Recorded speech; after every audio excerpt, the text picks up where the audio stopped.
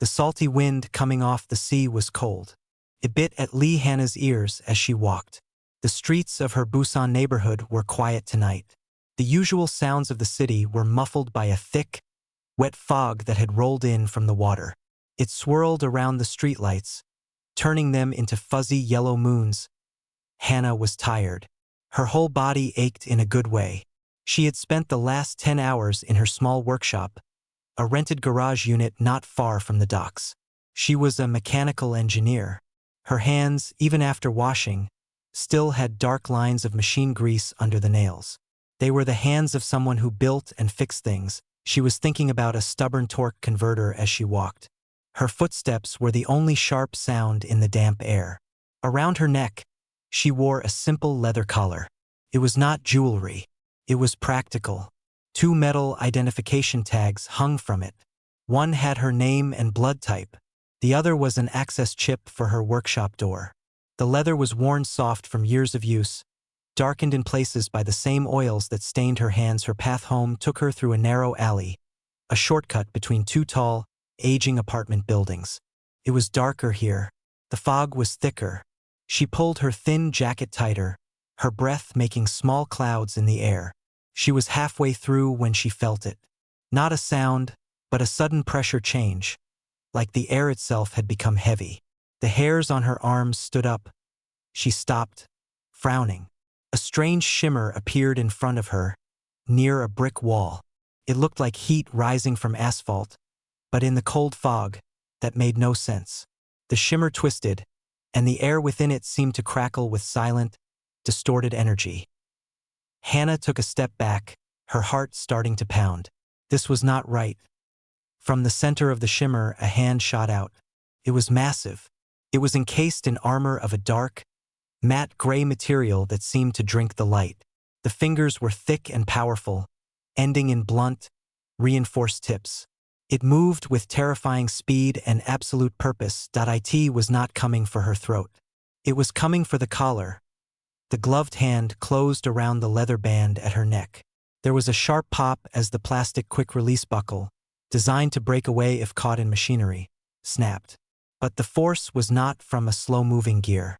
It was a violent, unnatural snatch. A jolt of pure energy, a side effect of the unstable dimensional rift, traveled through the armor, into the collar, and into Hannah. It was not an electric shock. It was a concussive wave of distorted physics.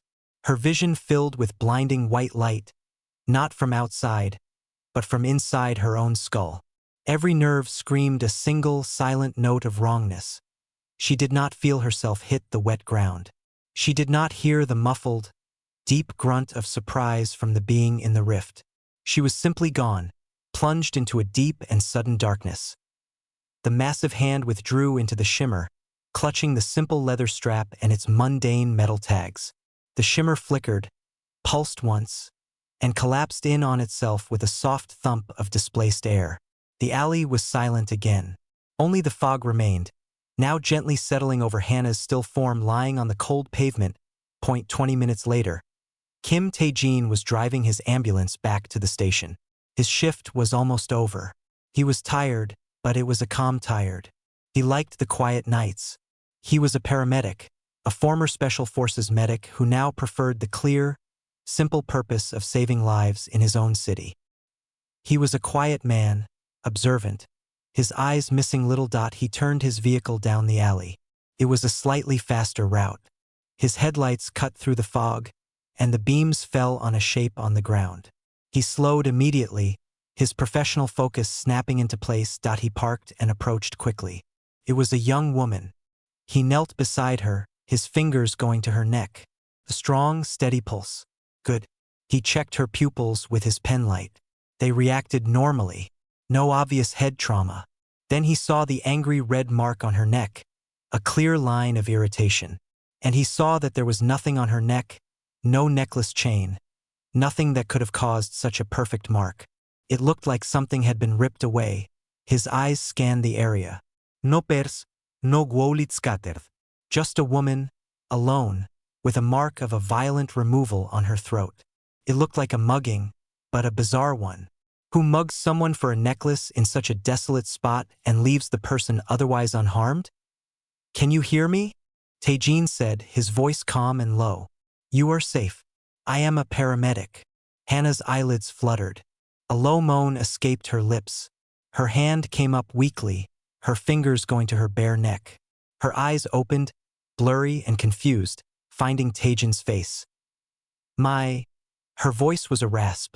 Her fingers patted her throat, finding only skin. A look of pure, deep violation washed over her face, cutting through the confusion. He took it. He just took it. Who took it? Taejin asked, still scanning the empty alley. What did he look like? Hannah tried to sit up, and he helped her. She looked around, disoriented. The fog, the dark walls, the utter emptiness. He wasn't, she started, then shook her head, the motion making her wince.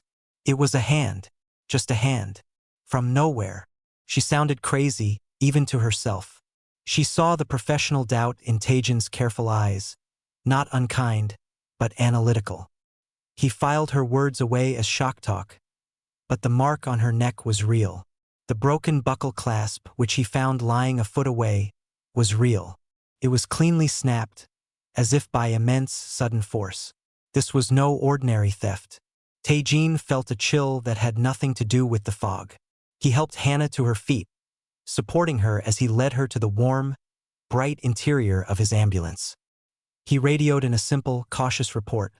A found person, possible assault, minor injuries. As he closed the ambulance doors, blocking out the cold alley, he took one last look at the spot where she had fallen.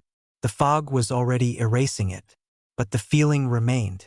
Something was deeply, fundamentally wrong. The woman, Lee Hannah, according to her ID he would soon find, kept touching her bare neck. She wasn't crying over a lost possession. She looked like someone who had witnessed a ghost, and the ghost had stolen a piece of her truth. Crawl awoke to sterile white light and a quiet hum. The air smelled of antiseptic and filtered oxygen, not of metal, sweat, or the hot wind of his homeworld. He knew immediately he was in a medbay. His body ached, a deep, system-wide pain from an unstable dimensional transfer. He tried to sit up, his massive frame straining against the soft, alien bed. He opened his mouth to demand a status report, to ask where the rival Vral warrior, whose trophy hall he had meant to breach, had gone. To curse the malfunctioning rift-generator. No sound came out. It was not that his throat was sore. It was empty, a void where a fundamental part of him should be. He tried again, forcing the complex muscles in his broad chest and neck to contract, to produce the deep, resonant subvocalizations that were his species' speech. The vibrations that carried meaning, emotion, and scent data all in one silence. A cold fear, sharper than any blade, cut through him. A Vral warrior without a voice was not just mute. He was severed from his kind. He was less than whole. His hands, large and three-fingered, flew to his throat. The skin and scales were intact, but beneath them, the sophisticated organ felt dormant, like a dead machine. Across the room, a door slid open with a soft hiss. A being entered, tall and slender, with large, observant eyes. Dr. Eris, a xenobiologist from the Neutral Consortium. He held a data slate. You are awake. Good, Dr. Eris said. His own voice translated through a small device on his robe. You are on way station Theta. Your rift was unstable. We pulled you from the buffer zone before it collapsed fully. Crawl glared, his dark eyes burning with frustration. He gestured violently to his own throat, then slammed a fist against his chest. The thump was solid, but it was not speech. We know, Dr. Eris said, his tone calm and curious. Your vocal biofield is inactive. It is not damaged. It is blocked, suppressed. We scanned you thoroughly. The doctor approached, holding out the data slate. On it was a rotating image of a simple object. A strip of weathered leather and two small, flat pieces of metal. Crawl's trophy. His mistake. The source is this, Dr. Eris said, pointing. The organic material is primitive. The metal is simple alloy. But the microscopic topography is unusual. It is covered in minuscule grooves, lines, and chemical stains. Crawl leaned closer. The images zoomed in. He saw it now. The leather was etched with tiny, repeating patterns, the natural grain, but also the faint impressions of tools and fingers. The metal tags were covered in even smaller, purposeful scratches. Human writing, diagrams of gears, and numbers. One tag even had a partial coffee ring, a stained, sticky residue. These patterns and residues, Dr. Eris explained, fascination in his voice, create a random, overlapping matrix. By pure, astonishing accident, this matrix resonates at a frequency that perfectly neutralizes the psychic kinetic field your vocal organ produces. It is a fluke, a 1 in a trillion natural dampener. You did not seize a warrior's gorget. You seized a piece of accidental human art that somehow silences you. Crawl stared. Rage and shame warred inside him. He, a seasoned warrior, had been felled not by a mighty enemy, but by a tiny, chaotic mistake. By the scribbles and sweat of a being from a world not even fully registered on the galactic stage. He made a sharp, cutting gesture with his hand, the Vral sign for disgrace. The object is inert now, isolated in a null field container, Dr. Eris said. But the effect on you is persistent. We do not know how to reverse it. The science is unique. Back on Earth, in a small hospital in Busan, Lehanna was also awake. The doctors had done their tests. They found a minor concussion, some nerve irritation in her neck, and deep shock. Physically, she would be fine.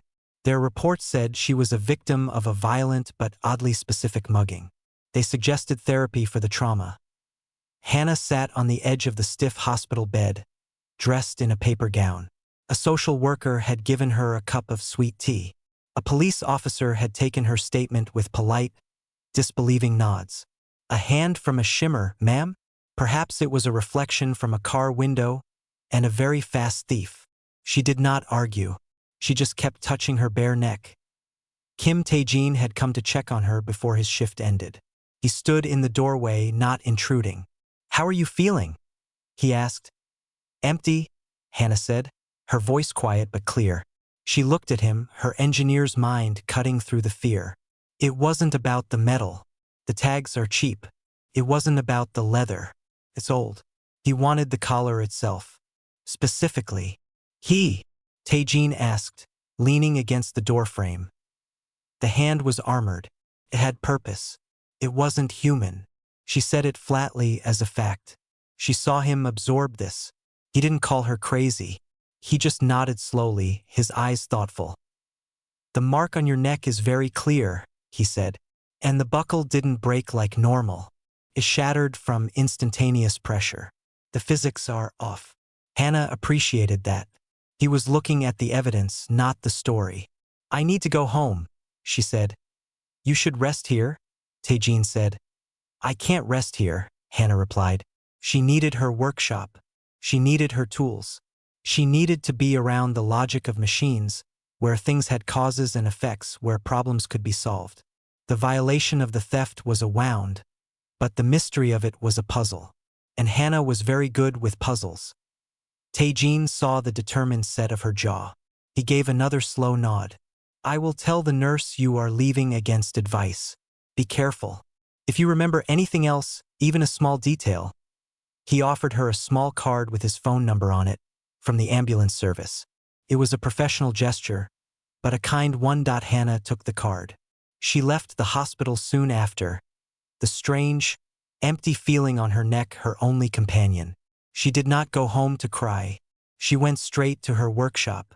She needed to see the space to think, to understand what exactly had been taken from her, and why its absence felt so loud. On way station Theta, Crawl stood before a viewing port, looking out at the stars. Dr. Eris had left him with his silence. The warrior's mind churned. Vral honor codes were ancient and strict. He had taken a token from a non-combatant. He had caused harm. His inability to speak was a personal punishment, but his debt was not cleared. The silence was not just physical. It was a cage for his honor. He stared at his own reflection in the thick glass, a hulking, armored figure, utterly mute that he turned from the stars. With deliberate, heavy movements, he walked to the room where they kept his armor and the small, isolated container. Inside it, the simple leather collar floated in a soft blue light.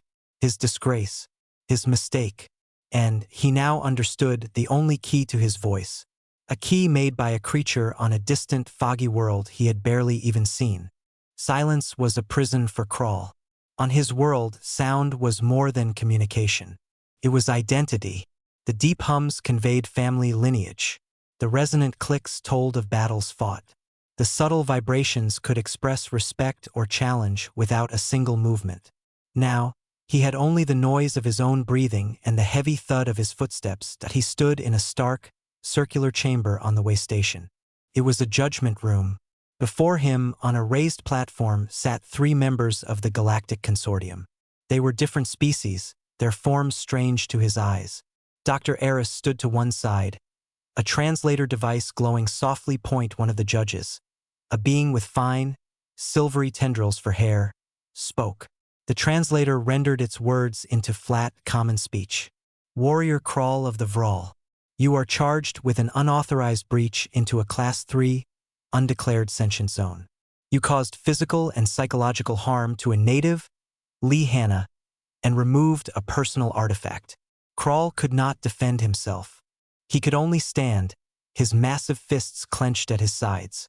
He gave a single, sharp nod. Guilty. The artifact analysis is complete. Another judge said, its voice a series of soft chimes. It is confirmed to be the cause of your vocal suppression. À random biocultural accident. The species, human, is not a recognized combatant culture.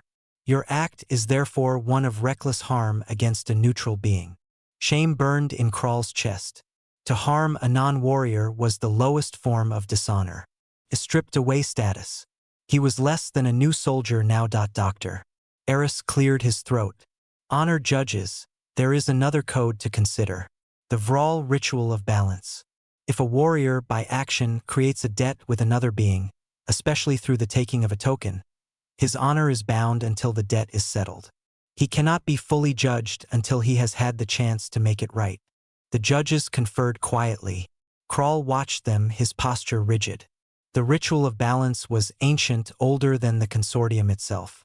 It was a law of personal honor that many cultures respected. The lead judge turned back. The human was injured. Her property was taken. The warrior is silenced by that same property. This is a tangled debt. We will respect the ritual. Warrior Kral, you will be returned to the point of the transgression. You will be accompanied by Dr. Eris as an observer. You will have one local cycle to attempt to balance the debt. If you fail or if you cause further harm, you will be seized and judged fully. Kral bowed his head, not in submission, but in acknowledgement.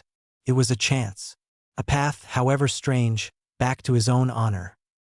The process was swift. On Earth, it was still night in Busan. In a sealed, secured warehouse by the docks, arranged by quiet, confused officials who had received strange instructions from the highest levels of government. A light began to glow. Kim Tae-jin stood in that warehouse. He had been awakened by a secure phone call. The voice on the line used words like containment, observer, and extraterrestrial biological entity. They asked for him by name, citing his military record and his role as the first responder. He was to be a liaison. He did not believe it until he saw the light. It started as a point of brightness in the middle of the empty floor. Then it grew, twisting the air around it. A low hum filled the warehouse, making the metal walls vibrate. Tae-jin did not move. He watched, his medic's mind cataloging everything. 2 figures emerged from the light. The first was tall and slender, dressed in a smooth, gray robe. He had large, dark eyes that took in the room quickly. This was Dr. Eris. The second figure made Tae-jin's breath catch. It was huge, easily 8 feet tall. It was covered in matte gray armor that seemed to absorb the warehouse's fluorescent light.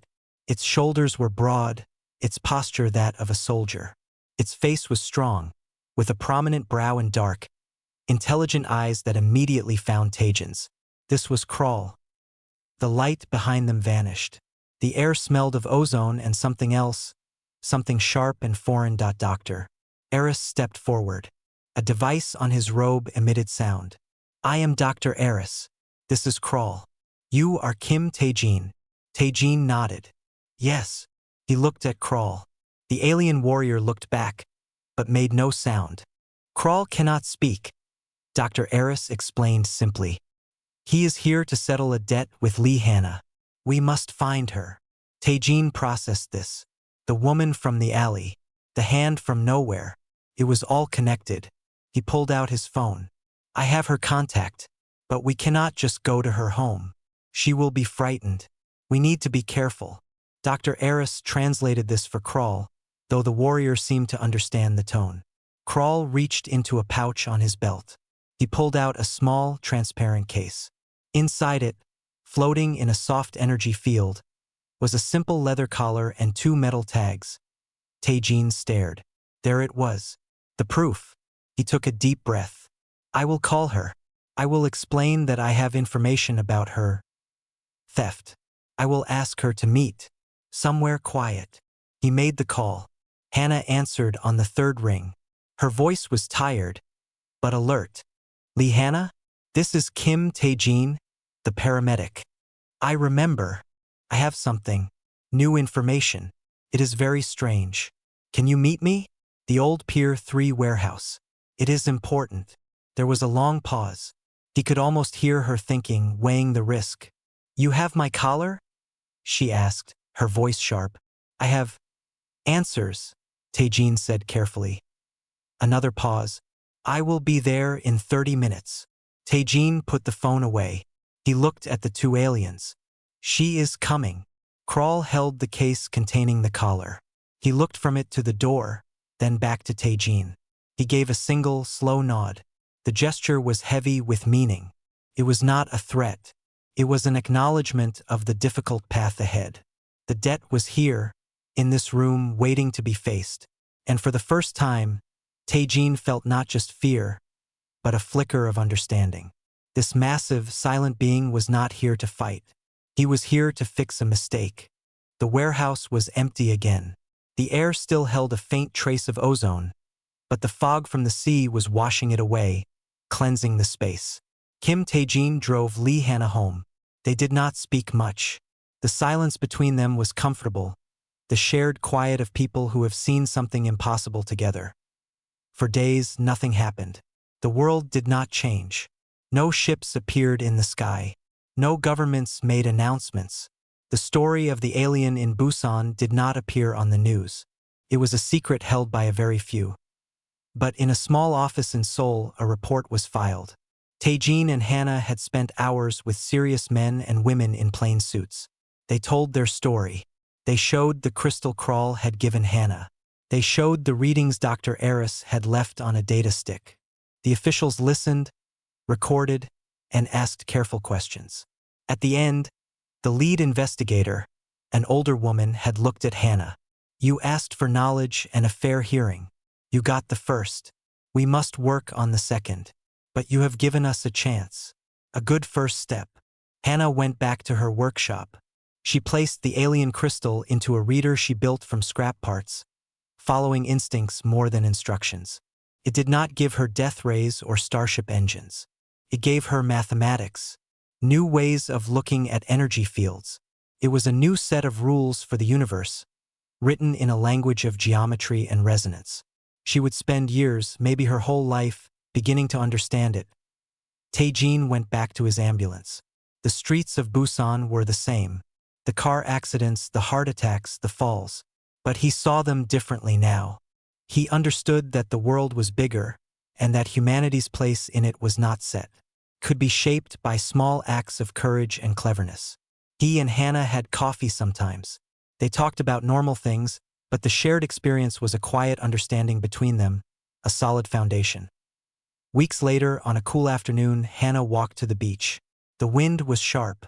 She wore her jacket, and around her neck, she wore her collar. The leather was the same. The tags were the same. But now, beside her own worn name tag, a new piece of metal was welded. It was a small, curved fragment of matte gray armor, sanded smooth at the edges. It was the piece Crawl had offered as payment. She had taken it after all, not as a trophy, but as a reminder. A token of a different kind. She stood looking at the gray sea, her hands in her pockets. She thought about the ripple effect. Her report was likely one of many now in capitals all over the planet. Scientists in hidden labs were looking at the principles in the crystal. Diplomats were drafting new protocols not for war, but for contact. The seed of knowledge had been planted. The galaxy, she realized, was not just a place of empires and warships. It was a place of rules, of rituals, of mistakes and repairs. Humanity had just entered it not with a bang, but with a fix. A jury-rigged, brilliant, messy fix. On a space station light years away, Crawl stood before his clan elders. His voice was fully restored, the human device having been successfully replicated by his own engineers, who called it a marvel of inelegant efficacy. He told the story plainly. He showed the scans of the collar. He described the alley, the workshop, the determined woman and the calm medic. He spoke of the ritual of balance. They are not warriors, he concluded, his deep hum filling the chamber. They do not seek glory in the old way, but they have a different strength. They encounter the unknown, and their first instinct is not to conquer it, but to understand it, to fix it or to fix themselves to live with it. A species that can turn a tool mark and a drink stain into a weapon, and then turn scrap metal into a cure, is a species to be approached with great caution and great respect. The elders debated. Some saw weakness, but Crawl's testimony, backed by Dr. Eris's neutral records, held weight. A vote was taken. The official classification for humanity was changed. They were not undeclared, potentially sentient. They were now sentient, ingenuity class. It was a category for species whose power lay not in force, but in unpredictable, adaptive creativity. The protocol for future contact was updated. Observe. Be clear in intent. Expect clever solutions. Back on the beach, Hannah's phone buzzed. It was a message from Taejin. Coffee? I'm near your workshop. She smiled and typed back, yes, 30 minutes. She took one last look at the horizon where the sea met the sky. Somewhere out there, a warrior spoke of peace because of a collar. 1,000 new ideas were stirring in the minds of people who didn't even know why. The ripple was moving. She turned and walked away from the water, the collar warm around her neck. The wind tried to erase her footsteps in the sand, but for a little while, they remained. A clear trail leading from the sea, back toward the city, back toward the workshop, back toward the work of understanding a suddenly much larger and more interesting world. The four of them left the warehouse and went to Hannah's workshop. It was the only place that made sense. The workshop was a small, cluttered garage unit near the docks. It was filled with the smell of machine oil, metal shavings, and old coffee. Shelves were packed with tools, spare parts, and half-finished projects. To Dr. Eris, it looked like beautiful chaos. To Crawl, it was a fascinating, intricate nest. Hannah moved with a new energy. The shock was gone. Now she had a job to do. She gestured to a clear space on her heavy workbench. Put it there, she said to Crawl, pointing to the case holding her collar. Crawl placed it carefully on the steel surface. He then took a step back, giving her room. His eyes scanned the room, taking in the lathes, the welding gear, the shelves of electronic components. This was her territory. First, I need to see what I'm working with, Hannah said, more to herself than anyone. She put on a pair of magnifying goggles that made her eyes look huge. She powered up a small, powerful microscope connected to a monitor. Taejin watched, leaning against a tool cabinet. He was the comm center in the room. Dr. Eris hovered nearby, his data slate ready. Crawl stood like a statue, his attention fixed on Hannah's every move. Hannah used a pair of long, thin tweezers. With a careful motion guided by Dr. Eris, she deactivated the containment field. The soft glow around the collar died. For a moment, nothing happened. Then Crawl took an involuntary step back, a low, pained rumble vibrating silently in his chest. He pointed urgently at his throat. The effect is immediate, Dr. Eris noted, fascinated. The suppression field is active again. Hannah didn't look up. Good. That means it works. She lifted the collar with the tweezers and placed it under the lens of the microscope. The image flashed up on the screen. It showed the surface of the leather in extreme detail. They could all see it. The natural grain was one thing, but over it were hundreds of tiny, shallow lines. The marks of her tools, her fingernails, years of wear. One metal tag showed her engraved name and blood type. The other tag, her workshop access chip, was covered in microscopic scratches from being swiped through readers. There was a faint, brownish stain. Coffee. There was a smudge of dark grease. These patterns are random, Hannah muttered. They have no design. But together, she moved the sample, looking at the edge of the leather where it had been cut. The density is uneven. The stains conduct electricity differently. It's like a chaotic circuit board. Kroll leaned in to look at the screen. He saw the enemy that had defeated him. It was not a weapon. It was a record of a life of building and fixing. He looked from the screen to Hannah's focused face, then back. Understanding grew. Her work had made this.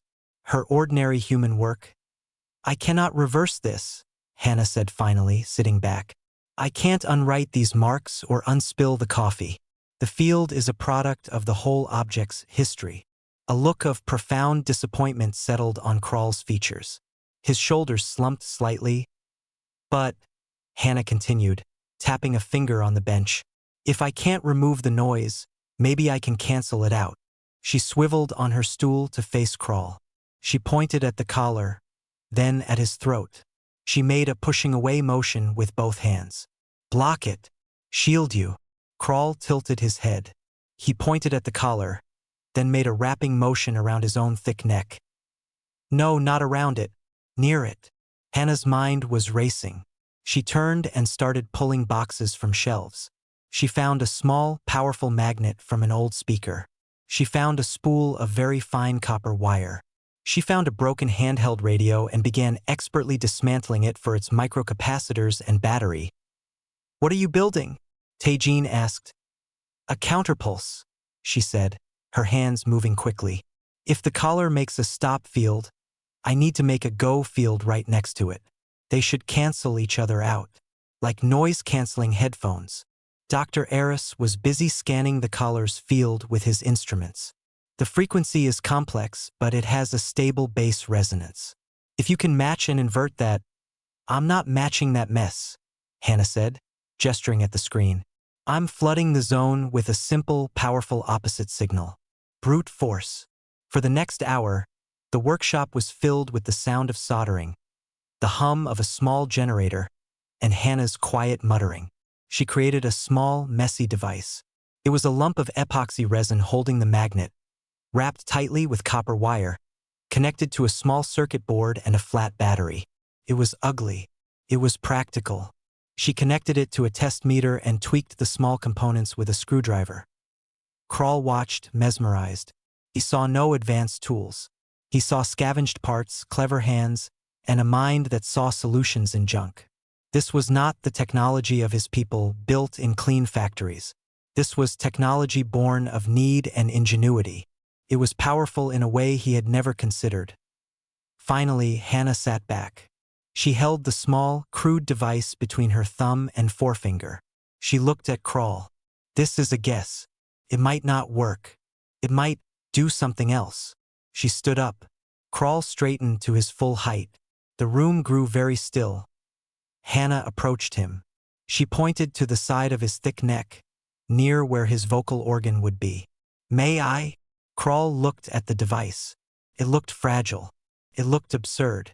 Then he looked into Hannah's eyes. He saw no malice, only the fierce hope of an engineer who has built something. He gave a slow, sure nod. Hannah reached up. She placed the small, resin lump against the scaled skin of his neck. It stuck there, held by the magnet inside it to the metallic elements in his armor undersuit. She took a step back. She reached for the collar on the bench. She picked it up with her bare hands this time. She held it up, looking at Kroll. He braced himself. She took a step toward him. Nothing happened. She took another step. Krall's eyes widened. He felt nothing.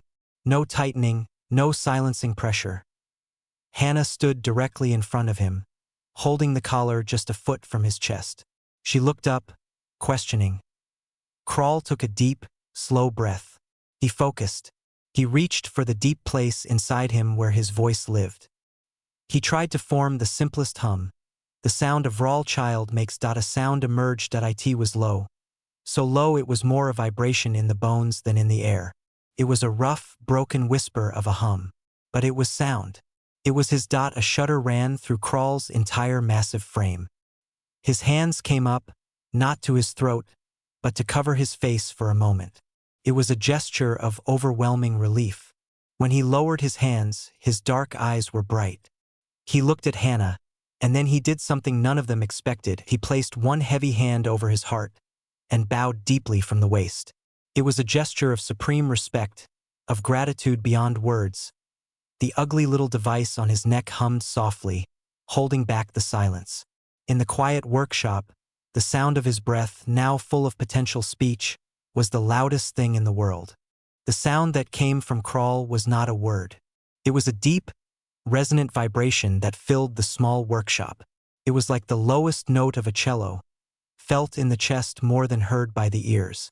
It held a weight of emotion that no simple word could carry. Hannah froze, the collar still in her hand. Taejin stood up straight, his medic's mind recognizing the sound of profound release. Dr. Eris quickly activated a small device on his wrist, a portable translator.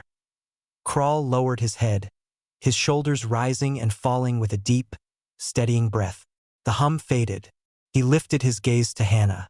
When he spoke again, the raw vocalization was picked up by Dr. Eris's device and rendered into calm, digital speech that echoed slightly in the garage. The silence is broken. The voice was neutral, but the meaning was immense. He placed his hand over his heart again, the gesture from before. The debt of harm remains, but you have given me back my voice. This is a greater gift. Hannah slowly placed her collar back on the workbench. You can talk. I can speak, the translated voice confirmed. Krall's eyes moved to the ugly, resin-coated device stuck to his neck. With this shield, your work is effective. A faint smile touched Hannah's lips. It was the pride of an engineer hearing a machine run properly. It was a guess. Good materials, good design. She shrugged, downplaying it, but her eyes were bright. Krall took a step, his movements less stiff now. He looked at the collar, then at Hannah. The ritual of balance is clear. I took your token and caused injury. You have acted as a healer and a crafter. The imbalance is less, but it is not zero. You may claim a boon. A warrior's debt must be settled. Hannah frowned. A boon? You mean a reward? I don't want a reward. It is not a reward, Krall's translated voice intoned. It is balance. I have something you do not. You may ask for it. It is the way. Taejin spoke from the side, his voice quiet. He needs to do this, Hannah, for his honor. It's how his people make things right. Hannah looked at the alien warrior. She saw the earnest need in his dark eyes. This was not about payment. This was about a scale being even. She thought of the shimmer in the alley, the technology that could snatch something from thin air. She thought of the silent warship in the sky somewhere, the civilization that produced warriors like him. She could ask for anything. Protection, wealth, secrets. She walked to her workbench and picked up a small, failed component, a sensor that had never worked right. She held it up. This was supposed to detect magnetic fields, she said. I could never get the sensitivity right. The readings were always noisy. She put it down and gestured around her cluttered workshop. I work with what I can see and touch. I fix what's broken. But your people see things differently. She turned back to face him. I don't want your weapons. I don't want your treasure. I want to understand. She pointed to the device on his neck, then to the sky. How does your technology really work? Not to copy it, but to see the shape of it. And I want you to tell your people about us. Not as victims or targets, but as makers, as people who can fix things, even things we didn't break. She took a deep breath. That is my boon. Knowledge. And a fair hearing. Kral was silent for a long moment. The translator emitted no sound. He looked at the determined young woman, standing amidst her tools and her half-built dreams. She was not asking for power. She was asking for a conversation. It was a request of great wisdom and immense courage. He gave a slow, deep nod, a gesture of supreme respect. Your boon is granted, the translated voice said. The first part, I can begin now. He pointed to the device on his neck. Your shield works by opposing force.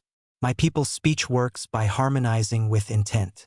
You used force to fix a problem of harmony. It is a very human solution. There was no insult in the words. Your tools are simple. Your understanding of the problem was perfect. You saw a wall and built a key, not to open a door, but to walk through the wall itself. He then reached to a compartment on his forearm armor. He removed a small, smooth crystal. He held it out to Hannah. This is a data storage medium.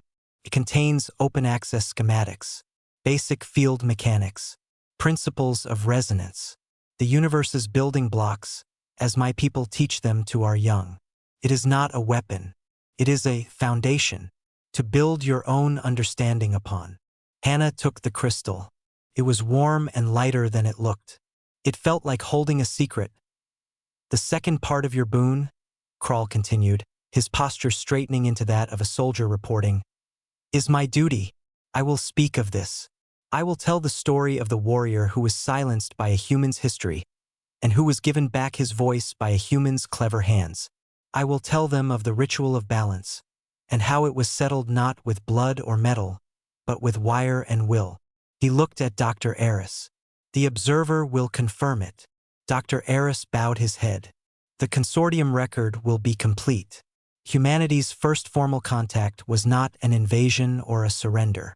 It was a repair job. Kral's eyes returned to Hannah. The formal tension was gone. Something quieter remained. The debt is balanced. My honor is restored. He reached down and carefully picked up his chest armor from where he had placed it earlier. He reattached it to his torso with solid clicks. Once again, he was the complete warrior. But he was not the same. He looked at the collar, still on the bench. Your token. It is yours again. The field it makes is part of you. It is a powerful accident. You should keep it. Hannah picked up the leather strap. Felt different now. It was no longer just her collar. It was proof. She looked at Kral, then at Taejin, who gave her a small, sure nod. Thank you, she said, and meant it for more than the crystal. Kral placed a fist over his heart one final time. The gratitude is mine, Hannah. You have shown me that strength has many forms. The strongest wall is sometimes built by the quietest hands. He turned to Dr. Eris. The cycle is complete. We may return. The two aliens walked to the open space in the middle of the workshop. Dr. Eris activated a device. The air began to shimmer, just as it had in the alley. Kral took one last look at the workshop, at the humans standing together, before the light enveloped them and they were gone. The only sound was the faint hum of Hannah's overhead lights and the distant sound of the sea. The warehouse felt colder now. Hannah pushed the heavy door open and stepped inside. The air smelled of rust, salt, and something new. A sharp, clean scent like lightning. She saw Taejin first, standing calmly in the center of the empty space. Then she saw the other two. Her steps slowed. Her heart began to hammer against her ribs.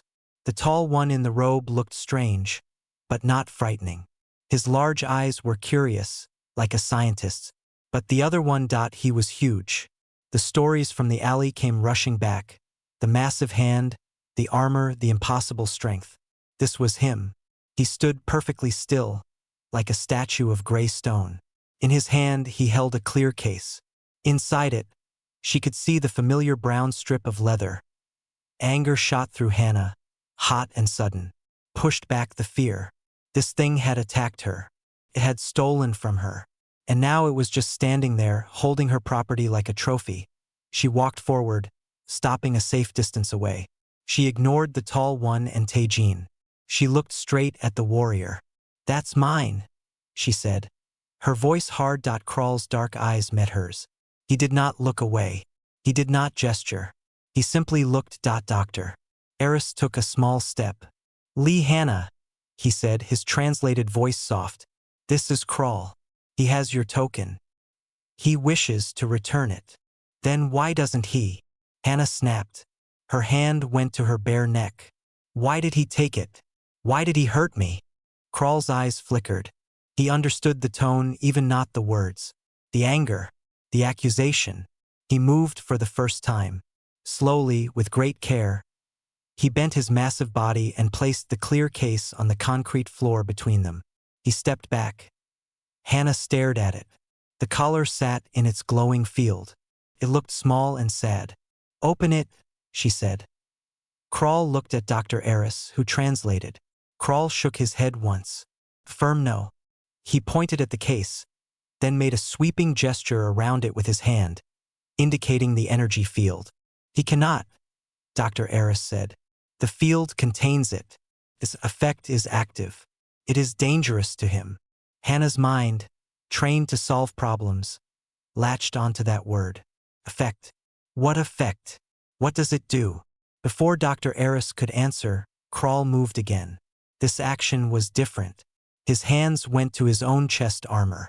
There was a series of soft clicks. He removed a large, curved plate from the center of his torso. It was a significant piece, thick and strong. He held it for a moment, his expression unreadable. Then, with the same slow care, he placed this piece of his own armor on the floor next to the case containing her collar. He straightened up. The absence of the chest plate made him look strangely vulnerable. He bowed his head toward Hannah, not deeply, but respectfully. Then he was still again. Silence filled the warehouse. Taejin watched from the side. He saw Hannah's confusion. He saw the warrior's deliberate, formal movements. This wasn't a threat. This was a ritual. "He is trying to communicate," Taejin said quietly to Hannah. "He is not speaking with words. He took my collar. Now he gives me his armor," Hannah said, her anger mixing with bafflement. "I don't want his armor. I want to know why. Why me? Why this?" She pointed at the simple leather strip. Crawl saw her pointing. He saw her frustration. He pointed to his own throat, then pointed directly at the collar in the case. He then made a cutting motion across his throat. "He says the collar hurts him." Taejin interpreted aloud. Hannah frowned. "How? It's just leather and metal." Dr. Eris spoke. "The patterns on it, your markings, create a field. It has silenced his vocal organ. He cannot speak because of it." The idea was so absurd that Hannah almost laughed. Her coffee-stained notes and grease smudges had broken an alien? It was impossible. But the warrior was pointing at his throat, then at her collar, his intense gaze willing her to understand. Crawl saw her doubt. He needed her to understand the connection, the bond of the debt. He pointed firmly at Hannah, then at the mark on her neck she kept touching. He then pointed at himself and at his own throat. He brought his two index fingers together, slowly, until they touched. "You hurt me, hurt, connected," Taejin said, piecing the gestures together. The simple truth of it began to sink in. He had hurt her by taking the collar. The collar had hurt him in return. An accidental, painful bond. Crawl then pointed at the two objects on the floor. Her cheap collar in its high-tech case, his priceless armor on the dirty concrete. He made a balancing motion with his open hands, like scales settling. "He wants to balance it," Hannah whispered. The anger was draining away, replaced by a dawning, awe-filled understanding. This wasn't a thief.